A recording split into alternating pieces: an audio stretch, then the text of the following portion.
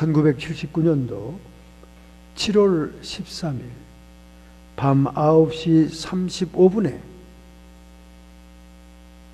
뉴욕 일대가 정전이 됐습니다. 갑자기 불이 나갔어요. 어둠 속에 수많은 사람들이 쏟아져 나와서 악마로 변했습니다. 방화가 불지르고 방화한 사건이 1,000건이 되고 도난당한 물건과 돈들이 10억 달러가 되고, 그래서 점도둑으로 체포한 그날 사람들이 4,000명, 경찰 병력이 당할 수가 없었습니다. 뉴욕 일대에 수많은 사람 인구들이 밀려 나오니까 경찰이 모자라요. 4,000명만 체포합니다. 그리고 점포를 침입해서 물건을 약탈한 것 2,000여 건이 넘었습니다. 잠시 불이 나간 사이에 인간들은 자기의 죄악성을 낱낱이 드러냈습니다. 여러분과 저의 신분이 밝혀지지 않고, 여러분과 저의 주소가 불명하고 아무도 우리를 알아볼 수 없다면 인간은 곧바로 자기의 속성을 드러낸다는 거예요. 드러낸다. 목사님들도 목사인 줄 모르는 동네에 여행을 가면 교회도 안 나가는 분이 계시고, 전혀 신앙과 다른 행동을 하는 분도 계십니다. 제가 양심선언하는 겁니다, 여러분. 많은 여행을 다녀보니까 그런 행태들이 드러나더라고요. 제가 어릴 때부터 주변의 중직자들, 종교인들, 성직자들을 바라봤다면 벌써 옛날에 신앙생활을 때려쳤습니다. 그러나 17세 성령을 통해 주님을 만난 다음 예수님과 페이스 투 페이스 인격적인 만남이 있어지니까 내 앞을 갈아먹는 모든 사람들은 상관이 없더라고요. 내가 저런 원죄에 속하여 불완전한 인간 때문에 나의 영원한 생명을 놓치고 나의 구주를 놓칠 수 있겠느냐. 더 정신이 차려지는 거지. 그런 사람들 때문에 신앙이 떨어지는 게 아니라 더 깨어나고 더 정신이 차려지고 더 열심을 내게 되더라는 거예요. 인간은 악마예요, 여러분. 악마입니다. 잠깐 정전이 되고 자기의 신분이 불명하고 자기의 주소가 알려지지 않고 그러면 그 죄악의 속성이 흘러나오는 거예요. 뉴욕 일대가 아수라장이 됐어요. 아수라장이 됐어요. 이것은 팩트입니다. 실제적인 사건을 USA 투데이가 정확하게 보도한 사건입니다.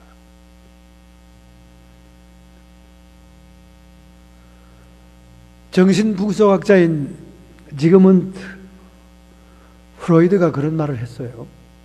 정신을 분석한다. 보이지 않는 세계를 분석한다. 이거 19세기의 획기적인 혁명이었습니다. 물질 세계는 증명하고 분석하고 뭐 할 수 있죠. 1900년대 혁명적인 이론이었어요. 지그문드 프로이드의 정신 분석에서 말하기를 인간에게는 슈퍼에고라고 하는 초자아가 있다는 거예요. 슈퍼에고, 초자아가 내면에 있다는 겁니다. 그 슈퍼에고 초자아라는 것은 환경의 영향을 받았거나 가정의 교육에 의해서 형성된 자아가 자리 잡고 있다는 겁니다. 그래서 15살까지는 주로 아버지, 부모 가운데도 주로 아버지의 말의 영향에 의해서 15살 이전에는 그 슈퍼에고가, 초자아가 형성이 되다가 15살 이후부터는 부모, 특별히 아버지의 행동에 의해서 슈퍼에고가 형성이 된다는 거예요. 오늘 여러분과 제가 성인이 되어서 이미 부모들과 결별하여 작고한 부모들도 있고 또 노년의 부모들, 양로원에 계신 부모도 있고 여러 형태의 부모들과 떨어져 있다 할지라도 지금은 또 프로이드는 말하기를 여러분의 내면 속에는 이미 부모들의 영향과 부모들의 성격과 부모들의 모든 행실이 슈퍼에고로 자리 잡고 있다는 거예요. 아마 이 프로이드는 인간의 원죄의 유전성을 그런 과학적 분석으로 말을 하지 않았을까. 부모들로부터 또 그 부모들로부터 그 부모들로부터 계속 패밀리 추리로 내려오는 DNA, 그 모든 육의 속성들, 이런 것들은 원죄의 유전, 성경에서 얘기하는 원죄의 유전을 얘기하고 있지 않냐. 이런 슈퍼 에고들이 마치 막혔던 김처럼 폭발해 나온다는 거예요. 여러분, 전기기관차가 어떻게 달려갑니까? 그 압축된 수증기, 그 수증기가 무슨 힘이 있습니까, 여러분? 보통 때 보면 그냥 힘없는 연기잖아요. 근데 그것이 압축이 될 때는 폭발적인 힘을 내서 엔진을 움직임으로 철마가 달리지 않습니까? 철마가. 이런 슈퍼 에고에 억압된 우리의 잠재성이 폭발될 수 있다는 거죠. 표출될 수 있다는 것입니다. 그런 것들을 우리는 원죄라고 얘기하죠. 원죄. 여러분과 저의 인간의 육성 속에 자리 잡고 있는 원죄는 분명한 것입니다. 이 원죄론을 확립한 신학자가 서기 4세기의 성 어거스틴입니다. 특별히 그는 그의 참회록을 통해서 지금까지도 미국 기독교 서점의 컨페션이라고 하는 어거스틴의 참회록은 베스트셀러예요. 지금까지도 수많은 사람이 읽고 있습니다. 원죄론을 확정을 지었죠. 그래서 어거스틴은 사도 바울 이후에 우리 교회사의 가장 위대한 신학자입니다. 그가 원죄에 대한 교리를 확립했기 때문에 예수 그리스도의 대속과 예수 그리스도의 속죄의 은총이 우리에게 너무나 절실하고 귀한 것이 된 거예요. 이에 반해서 매튜 폭스라고 하는 캐톨릭 신학자는 오리지널 무레싱을 주장하면서 원죄를 흐릿하게 만들어 놔가지고 캐톨릭에서 파문을 당했습니다. 그래서 그는 성공의 신부가 되었고 성경의 신부 상태로서 지금 오클랜드의 유명한 홀리네임스 칼리지 석자 교수로 있었지요. 그래서 그가 많은 책들을 냈습니다만은 그의 원죄로는 희박합니다. 그가 캐톨릭으로부터 파문을 받은 이유는 원죄론을 희박하게 함으로 인해서 예수 그리스도의 피 흘리심을 소용이 없게 했다. 그런 의미에서 파문을 당했습니다. 오늘 우리가 읽었던 고린도전서 2장 1절부터 5절에 사도 바울은 자기의 믿음의 주소가 인간의 지혜에 있지 않고 성령의 나타남에 하나님의 능력에 있다. 이렇게 선포하는 서신이 기록되어 있습니다. 왜 사도 바울은 이런 말을 했을까요? 왜 사도 바울은 자기가 증거할 것은 십자가밖에 없다고 얘기했을까요?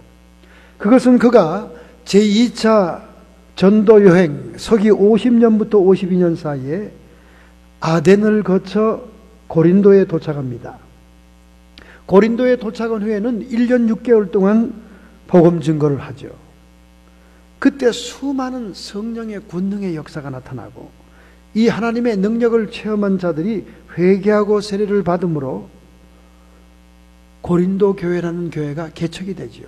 그 척박한 항구 도시, 그 음란하고 부패하고 타락한 항구 산업 도시, 그리고 수많은 이방의 신들이 있는 그 도시에서 다양한 은사의 하나님의 능력이 나타나므로 고린도 교회가 세워지게 되죠.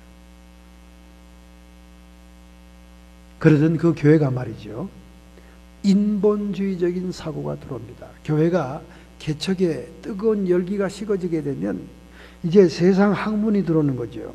헬라의 철학들과 유대교 랍비의 지혜서들이 들어와서 그들을 분열하게 했습니다. 복음의 순수성을 상실하게 했어요. 그래서 이 소식을 들은 사도 바울은 안타까이 자신의 믿음의 주소에 대해서 밝히는 서신을 쓴 겁니다. 이런 능력의 간증을 하게 된 것은 그가 고린도를 전도하고 고린도 교회를 세우기 직전에 세계의 철학의 도시 아데네 전도 여행을 갔다 왔을 때 얘기입니다. 그는 아데네에서 그 철학자들과 버금가는 논리적이고 지혜로운 말씀을 증거합니다. 아레오바고라고 하는 철학자들이 대비해서 그 바위 위에서 강론하고 토론하는, 거기서 철학자들이 있는 그 아데네 주민들을 향하여 예수의 복음을 증거하되 상당히 사변적이고 합리적인 말씀을 증거하죠. 그러나 열매가 없었어요. 열매가.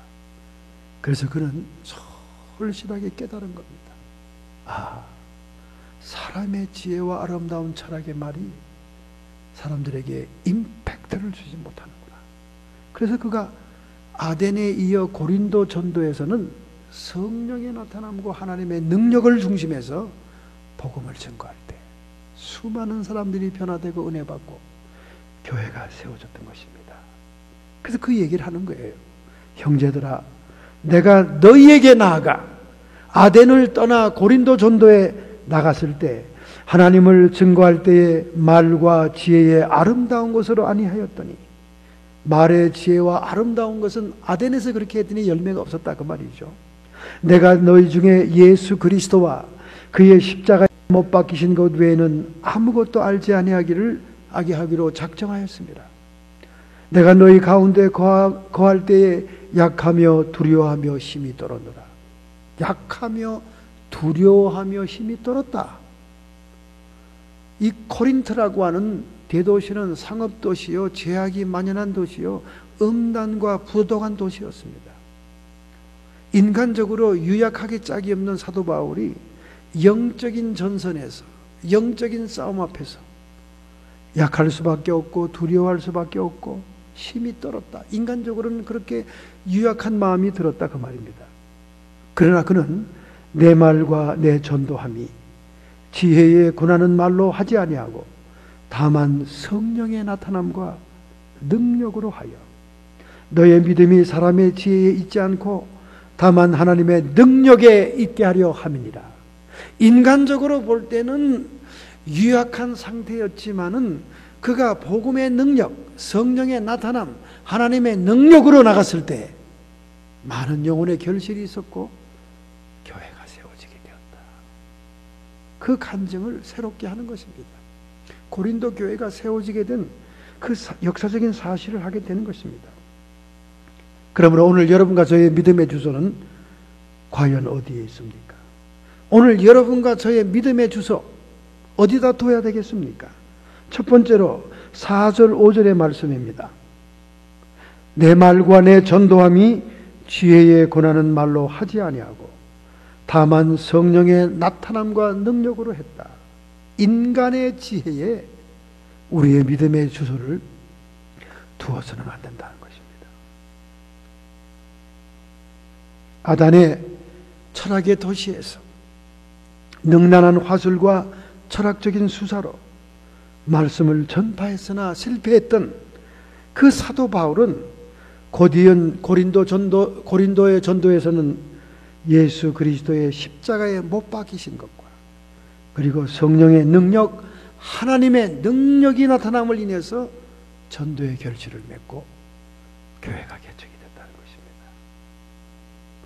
이처럼 여러분, 사탄이라는 것은 풍요한 환경에서는 유혹에 성공할 수가 있습니다. 에덴이라고 하는 풍요한 기쁨의 동산에서는 사탄이 성공할 수 있었습니다. 그러나 광야라고 하는 굶주린 주님에게 나타난 사탄은 도리어 실패합니다. 여러분과 제가 넉넉하고 부유하고 여유가 있을 때 신앙이 성장하겠느냐? 아니죠.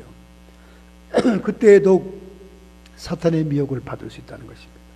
도리어 주님이 광야에서 40일 동안 굶주렸고 정말 먹을 것만 사모하는 그런 굶주림 속에 도리어 사탄을 대패시키는 승리가 있었다는 것이죠. 환경의 상대성을 얘기하는 것입니다.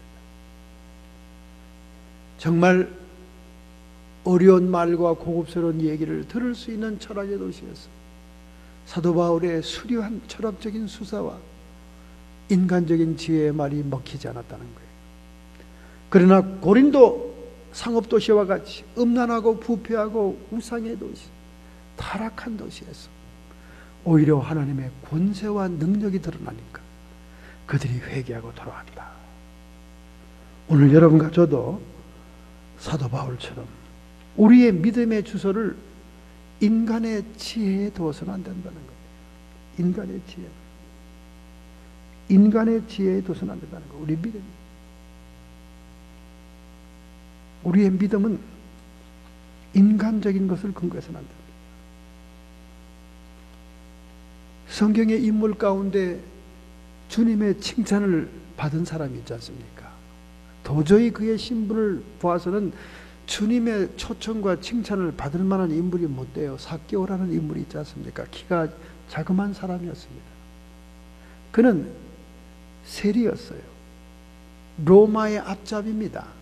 동족들에게 잔인하게 세금을 거두어 일부 자기가 가지고 나머지 일부는 나눠 먹기식으로 로마에 바치는 지탄의 대상인 사람이었습니다.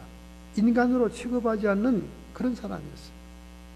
그가 그의 동네에 주님이 방문했을 때 수많은 사람이 주님을 에워싸고 있으니 그 작은 키로 사람들의 뒷모습과 등과 머리만 보이지 예수님을 볼 수가 없습니다. 그러나 그는 어떻게 했습니까? 뽕나무로 올라가잖아요. 나무를 올라탑니다.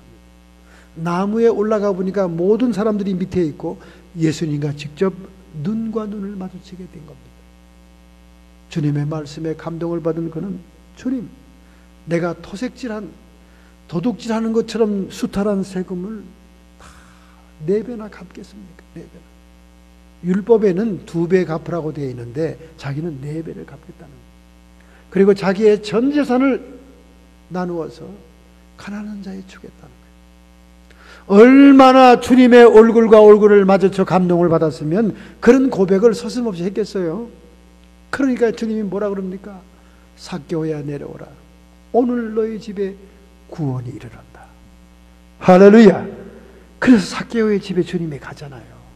사람들이 상종하지 않은 사람, 인간 취급하지 않는 사람, 로마의 앞잡이, 백성들의 세금을 수탈하는 자. 그는 사람들을 넘어서 주님을 봤던 거예요. 그래서 그 뽕나무는 십자가를 상징한다. 그렇게 영적으로 해석을 하잖아요. 십자가를 상징한다. 여러분과 제가 하나님과 주님을 만날 수 있는 장소는 십자가밖에 없다는 거예요. 이 십자가의 의미가 이 보통 의미가 아닙니다, 여러분. 가수들이 목에 들렁거리고, 그리고 여러분과 제가 좋아하는 그런 운동선수들의 귀에 귀걸이, 십자가 귀걸이가 덜렁거린다 할지라도 그것이 큰 의미가 있는 십자가가 아닙니다. 오늘 본문에서 증거되고 있는 이 십자가야말로 깊은 의미가 담겨 있는 것이에요. 여러분과 제가 사람을 뛰어넘지 못하면 주님을 만날 수가 없습니다. 주님을 만날 수가 없어요. 여러분과 저의 신앙이 창조주의 하나님, 구세주의 주님을 면전에서 뵙기 위해서는 삭개오처럼 나무라도 의지하고 올라가서 페이스 투 페이스 주님을 면전에서 뵙고, 그리고 자기의 고백을, 회개의 고백을 해야 되는 것입니다. 그래서 결코 이 복음은요, 인간의 지혜로는 해결이 안 됩니다. 인간이 얼마나 약한 존재입니까? 자, 여러분, 이 얘기를 한번 들어보세요. 여러분이 어떤 생각이 이 얘기를 듣자마자 나는지 한번 얘기를 해보세요. 메리랜드 대학의 박사과정을 밟고 있던 한인 유학생 부부가 여름방학을 맞아 캐나다 여행 중에 숨지는 안타까운 사건이 있었다. 캐나다 지역 언론인 핑거 레이크 타임에 의하면 한인 공정석 33세, 진선미 28세의 부부는 지난 24일 오후 5시 30분 온타리오 카운티의 옥스코너스 지역의 폭풍으로 큰 나무가 쓰러지면서 그들이 달려가고 있는 차량을 덮쳐서 그들은 현장에서 죽었다. 그들이 타고 있던 차는 기아의 옵티마였고 그들은 온타리오 카운티 6번 도로를 남쪽으로 가고 있었습니다. 아주 달려가고 있었어요. 그런데 천둥 번개를 동반한 강한 폭풍에 큰 나뭇가지가 부러지면서 달려가고 있는 차를 덮쳤습니다. 그 바람에 현장에서 그 부부는 죽었습니다. 공 씨는 울산 출신으로 연세대학교 사회복지대학원을 나온 후에 볼티모어에 있는 메리랜드 대학 소셜 워커학과의 박사과정을 공부하고 있었습니다. 이 공 씨와 진 씨가 지난 6월 달에 한국에서 결혼한 1년차 신혼부부였다는 거예요. 여러분, 이 사건을 여러분 들으면서 무슨 생각이 납니까? 아, 우연이다. 여러분, 우연이라고 얘기하기도 너무나 힘든 사건입니다. 유학생 부부가 여름방학을 맞이해서 캐나다 여행을 가고 있는 도중에 갑자기 폭풍우가 불고 번개가 치면서 번개를 얻어맞은 거대한 나무가 달려가고 있는 기아 옵티마를 덮쳐서 현장에 즉사했다. 이게 우연이라고 얘기하기도 너무나 있을 수 없는 얘기 아닙니까? 그 속도로 달려가는 차, 그 번개가 번쩍이는 나뭇가지를 때려서 나뭇가지가 부러지는 그 순간 위에 덮치는, 차가 지나갈 수도 있고 차가 못 미칠 수도 있고, 어떻게 정확하게 그 나무가 딱 거기에 그 시간에 그 순간에, 그것도 1년 된 신혼부부를 현장에서 즉사하게 했습니까? 우리 인생이라는 것이 이렇게 약한 존재예요. 여러분과 저의 한 치 앞을 내다볼 수 없습니다. 여러분 주변에 퍽 하면 암 걸렸다는 소식이 아닙니까? 환경공해, 음식공해, 수많은 화공약품으로 만들어지는 이런 먹거리들 때문에 수많은 사람들이 주변에 암에 걸리잖아요. 암 걸렸다고 그러고 뭐 키모를 바른다 그러면 다음은 누구 차례? 이렇게 생각이 들 정도입니다. 우리 인간이라는 존재는 너무나 약한 존재.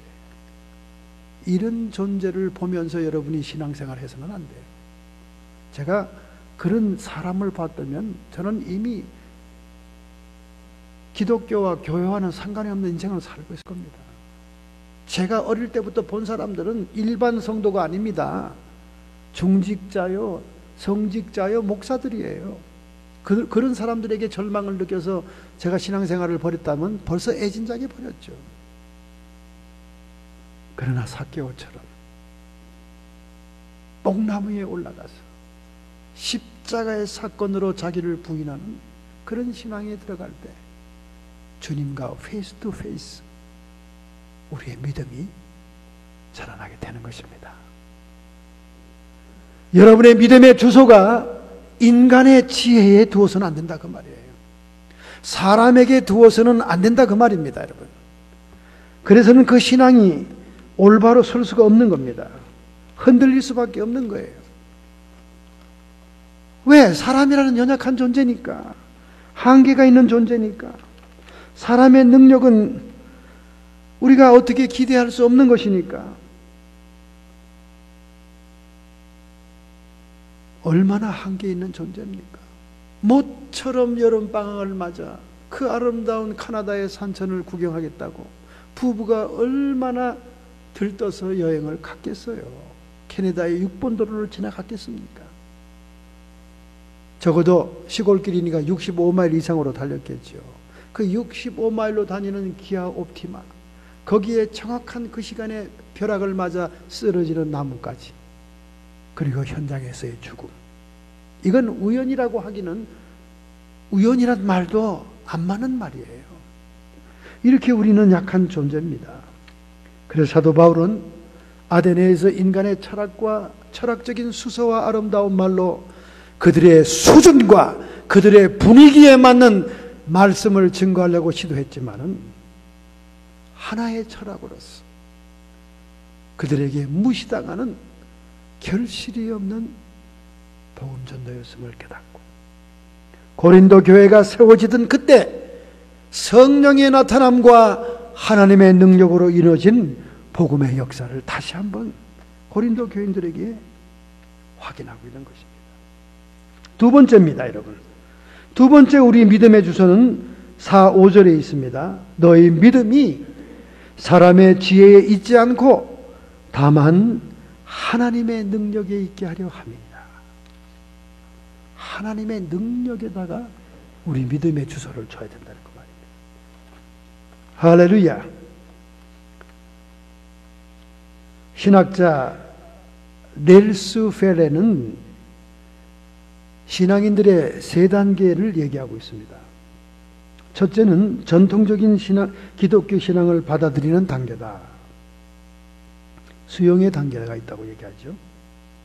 두 번째는 이런 신앙생활을 잘 해보고 있다고 자기 스스로 노력하는 단계, 정직하려고 하는 단계, 자기의 자랑, 위선, 의식이 자리 잡게 되는 단계가 있다는 겁니다.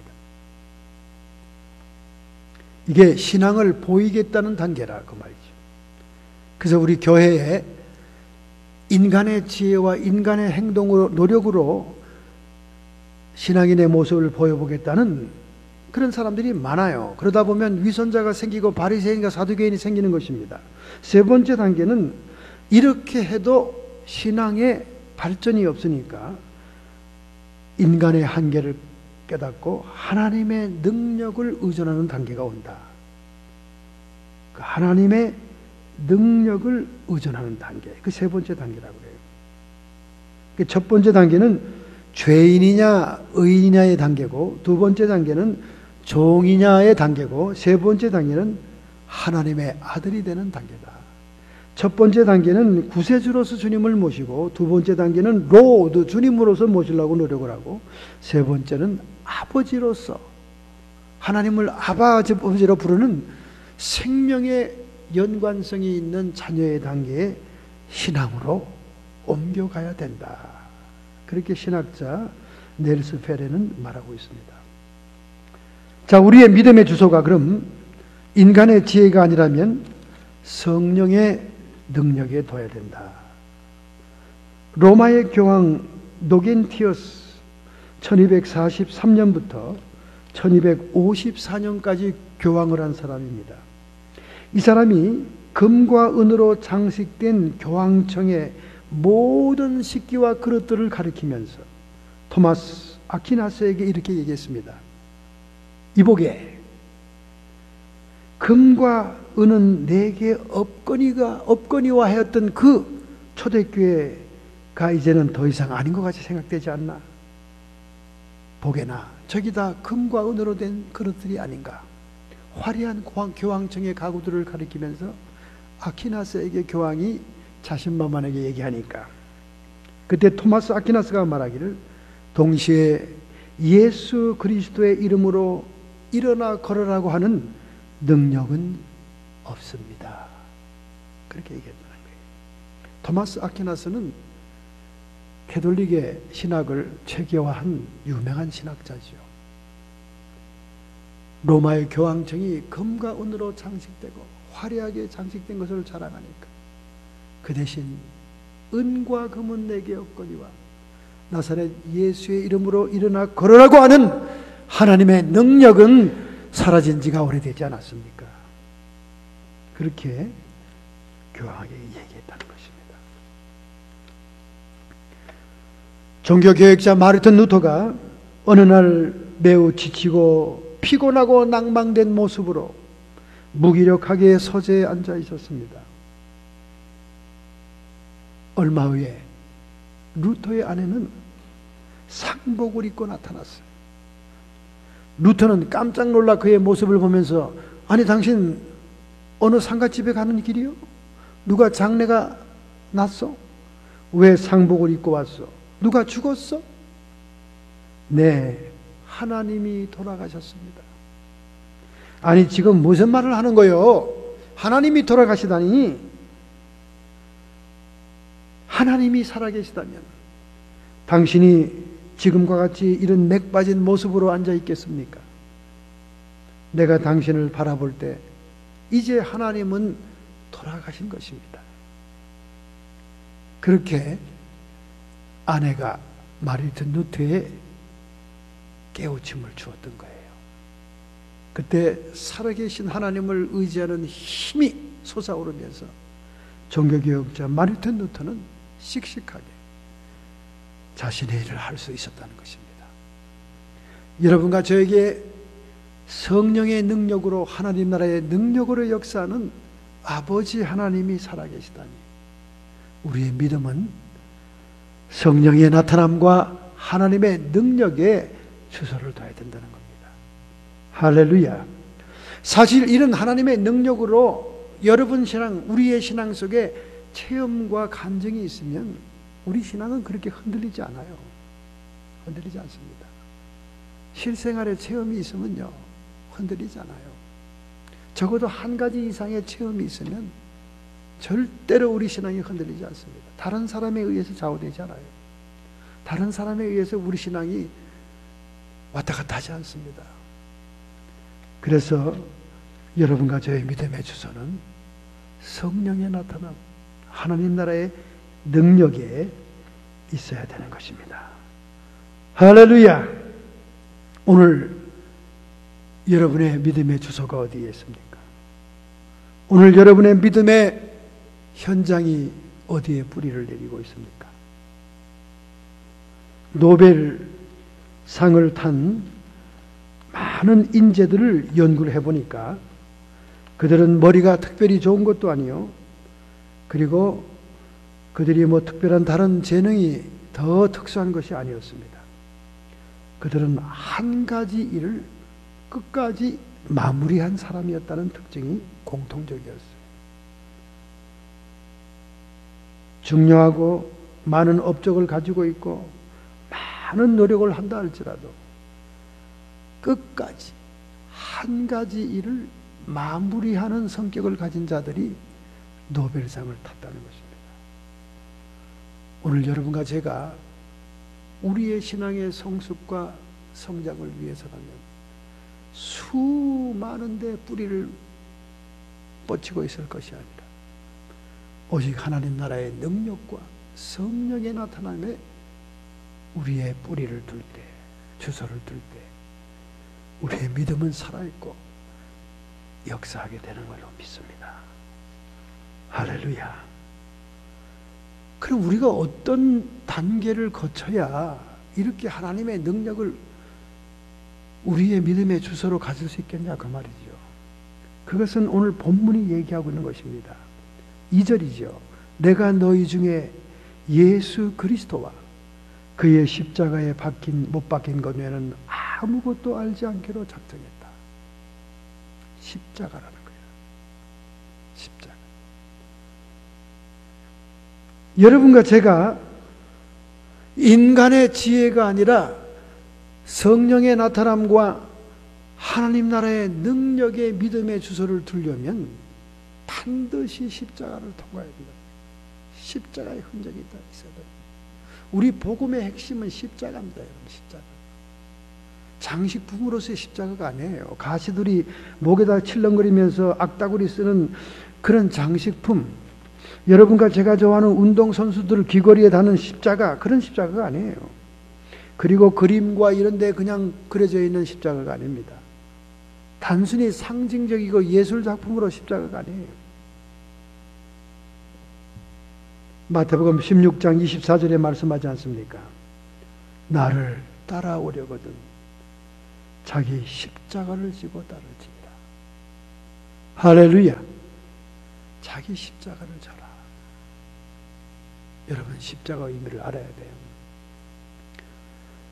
예수를 믿고 난 다음 사람들에게는 다 십자가가 주어진다는 겁니다. 근데 그 십자가가 예수님 십자가만 하다는 거예요. 그러니 얼마나 무겁겠습니까? 그거를 지고 다 자기의 인생길을 간다는 거예요. 그런데 가다 보면 너무 무거우니까 중간에 사람들이 십자가를 자르기 시작합니다. 야, 이거 너무 길어. 보기도 흉하고 그리고 힘들잖아. 저 십자가를 자른대요. 쭉쭉쭉쭉 자른대요. 또 기왕 자른 십자가를 지고 가다 보니까 더 자르고 싶은 거예요. 더 가볍게 하고 싶은 거예요. 또 옆에 또 자르고, 옆에 자르다 보니까 또 꼭대기도 자르게 되고, 결국 십자가를 가급적이면 작게 잘라가지고 간다는 거예요. 그런데 천국으로 들어가는 마지막 코스에 도달했을 때 세상과 천국과 들어가는 거기에 엄청난 절벽이 기다리고 있더라는 거예요. 절벽이. 그런데 그 절벽을 원래대로 십자가를 지고 온 사람들이 탁 놓으니까 다리가 되더라는 거예요. 자기 다리가 건너갈 수 있다는 거예요. 그런데 십자가가 짐 같고 십자가가 힘들다고 그거를 잘랐던 사람들은 십자가가 더 이상 그 다리가 안 되는 거예요. 짧아가지고. 이 이야기는 지금 카톡에 유행하고 있는 십자가 얘기입니다. 카톡에 유행하고 있는 십자가 얘기. 자기 십자가 힘들다고 자르지 말라는 거예요. 자르면 천국 가는, 세상에서 천국으로 옮겨가는 거기에 큰 구덩이 있는데, 절벽이 있는데 그 절벽을 지나가는 다리 브릿지가 자기가 지고 온 십자가라는 거예요. 그걸 자르지 말라는 겁니다. 지금 카톡에 지금 막 뿌려지고 있는 십자가 얘기예요. 유행하는 십자가 얘기. 여러분과 저의 십자가는 무엇을 의미합니까? 자기 부인을 얘기하는 거예요. 자기 부인. 자기 부인. 구약 성경에도 이 자기 부인, 십자가의 의미가 등장하는 데가 있어요. 아브라함이 모리아산 사흘길을 걸어 백세에 난 자기 아들 이삭을 드리는 장면, 십자가의 예표입니다, 여러분. 여기서 가장 억울한 사람이 누군 것 같아요? 아유, 이삭이 불쌍하지. 이제 티네이저인데 생자로 잡아서 각을 떠 죽을라니, 아이고 그 말 못하는 그 이삭이 불쌍하지. 아니죠. 하나님이 때려잡으려고 했던 것은 이삭이 아닙니다. 하나님이 때려잡으려고 했던 것은 이삭이 아니라 아브라함이었어요. 왜 하나님은 아브라함을 때려잡으려고 했습니까? 아브라함에게는 약속이 있었거든요. 하늘의 별들을 봐라. 셀 수 없지. 하늘의 별처럼 너희 자손이 번성하리라. 땅의 모래알을 봐라. 셀 수가 없지. 땅의 모래알처럼 너희 자손이 번성하리라. 하늘의 별 같은 반짝이는 자손들은 영적인 자손, 믿음의 자손을 얘기하고, 모래알 같은 자손은 지금 이스마엘 자손, 저 아랍 자손들을 얘기하고, 그 수많은 열국의 자손들의 아비가 될 수 있는 마지막 테스트, 통과의 문이 모리아 산상 이삭 때려잡는 제단이었다는 거예요. 그것은 이삭을 때려잡으라는 게 아닙니다. 아브라함 자신을 때려잡으라는 거예요. 십자가의 예표입니다. 십자가의 흔적입니다. 오늘 여러분과 제가 자신이 부인되지 않으면 절대로 우리의 믿음의 주소를 인간의 지혜로운 말이나 사람이 아니라 성령의 나타남과 하나님의 능력에 둘 수가 없어요. 자기가 죽는 경험을 해야 됩니다. 자기 부정의 경험을 해야 됩니다. 그래서 고난을 통과하지 않은 신앙인들은 정상적인 신앙인들이 아니에요. 고난을 통과하지 않은 신앙인들은 참 믿음을 가졌다고 볼 수가 없습니다. 그냥 요동치는 파도와 물결에 신앙이 사라졌다, 생겼다, 없어졌다, 있었다, 믿음이라고 할 것도 없는 그런 신앙인이 되고 맙니다. 아브라함 같이 믿음의 조상인 그 사람을 마지막으로 흔들어서 이삭을 때려잡는 게 아니라 아브라함 자신을 부인케 하는 테스트였다는 거예요. 자기가 부인되고 자기가 죽어야 하늘의 별 같은 자손과 땅의 모래알 같은 자손의 축복이 실현되는 거예요. 오늘 여러분과 제가 하나님이 원하는 바 삶을 감당하고자 한다면 인간의 지혜의 믿음을 두지 않고 하나님 나라의 능력의 믿음을 두기 위한다면 자신이 부인돼야 돼요. 십자가의 흔적이 우리의 몸에, 우리의 모든 인격에 새겨져야 됩니다. 할렐루야. 이것이 우리의 믿음의 주소가 하나님 나라의 능력과 성령의 나타남에 두게 되는 놀라운 역사입니다. 1910년도에 전라도 지방 광양 근처 산송마을 경찰이 들어갔습니다. 그 광양 근처의 산송마을은 가파른 절벽 위의 길을 돌아가는 그런 첩첩산중입니다. 깊으신 산속이죠. 깊은 산속. 농한기가 되면 할 일이 없는 동네 주민들이 밥 먹고 모여서 하는 일은 맨날 화투, 투전이에요. 도박입니다. 근데 때마침 그때 도박 근절 단속 기간이 되어서 경찰들이 거기를 들어간 거예요. 샘플, 뽐보기를 잡으려고 들어간 거예요. 그런데 온 마을 주민들이 다 도박을 하고 있으니 그들을 다 잡아갈 수가 없는 거예요. 형사들이 주저앉아가지고 힘이 쭉 빠졌습니다. 이 도박하는 이 주민을 다 잡아갈 수는 없잖아요.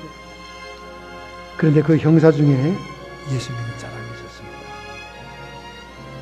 지금 광양 시내에 미국 선교사 한 분이 왔는데 그분이 복음을 증거하고 교회를 세워서 사람들이 변화되고 있다는 소식을 들었습니다.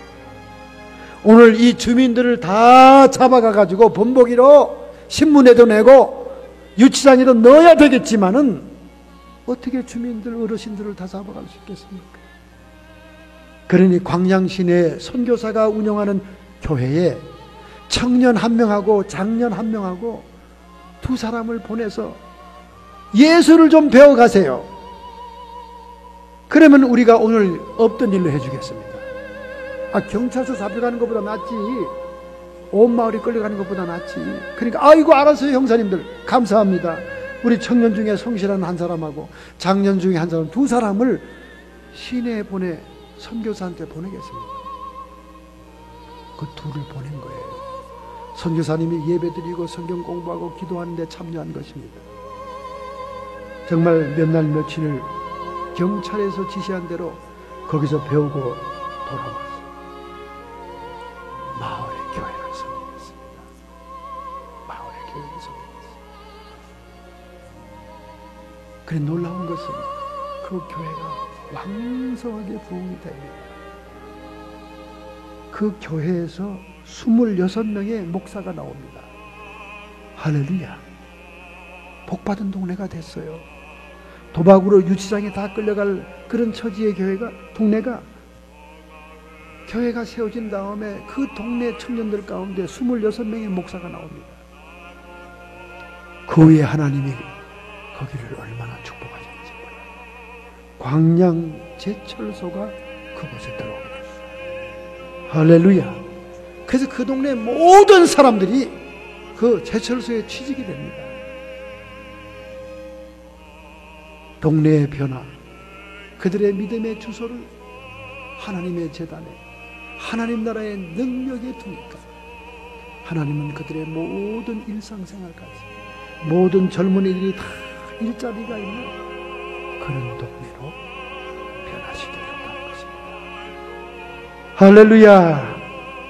오늘 여러분과 제가 이 십자가의 신앙을 가지고 사람과 인간의 지혜에 우리 믿음을 주지 말고 자기를 부인함으로 인간의 한계를 깨달음으로 하나님의 능력을 의지하고 성령의 나타남을 의지하는 그런 신앙으로 변화되어야 될 줄로 믿습니다.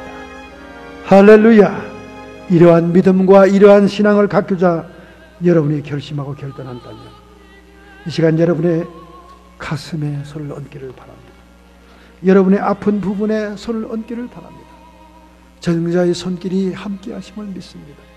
하나님 아버지, 저희들의 믿음이 풍랑에 흔들리는 것과 같이, 바람에 날리는 것과 같이 흔들거리고 변덕스럽고 절망하고 좌절할 때가 얼마나 많습니까? 오늘 고린도전서 2장 1절 5절 사이에서 사도 바울이 자신의 믿음의 주소를 인간과 인간의 지혜에 두지 않고 하나님의 성령의 나타남과 하나님 나라의 능력이 든 것처럼 우리의 믿음도 견고한 닷을 하나님의 권능에 내리게 해 주옵소서. 연약한 인간, 불완전한 인간, 한계성 있는 인간에 두지 말게 하옵소서. 이렇게 결심하는 마음으로 결단하는 손길을 가슴에 얹었습니다. 저들의 의지를 축복해 주시옵시오. 고린도 교회에 임했던 성령의 권능이여 이 시간 각 사람에게 임하게 주시옵소서.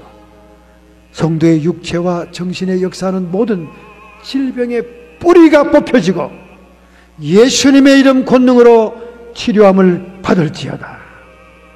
우리의 마음속에 세상 사랑함과 자기를 드러냄과 자기 의를 의지하는 것을 버리게 해 주옵시고 오직 십자가의 흔적, 자기를 부정함으로 인해서 하나님의 능력이 부음받는 신령 되기를 원합니다. 우리의 마음속에 성령이여 자정하여 주옵소서. 끊임없이 우리의 신앙을 흔들고 우리를 절망시키며 낙담시키는 악한 마귀 사탄의 세력들, 거짓 세력들아, 예수님의 이름 권세로 명하노니 쫓김받고 물러갈지어다. 십자가에서 승리하신 예수님의 이름으로 선포한다. 하나님 영광 받아 주시옵소서. 하나님 저희들의 인생길을 주장하시고 인도하여 주시옵소서. 하나님 나라의 능력과 권세가 우리의 믿음에 주소되게 하옵소서. 예수님의 이름으로 감사하며 축복하며 기도하옵나이다.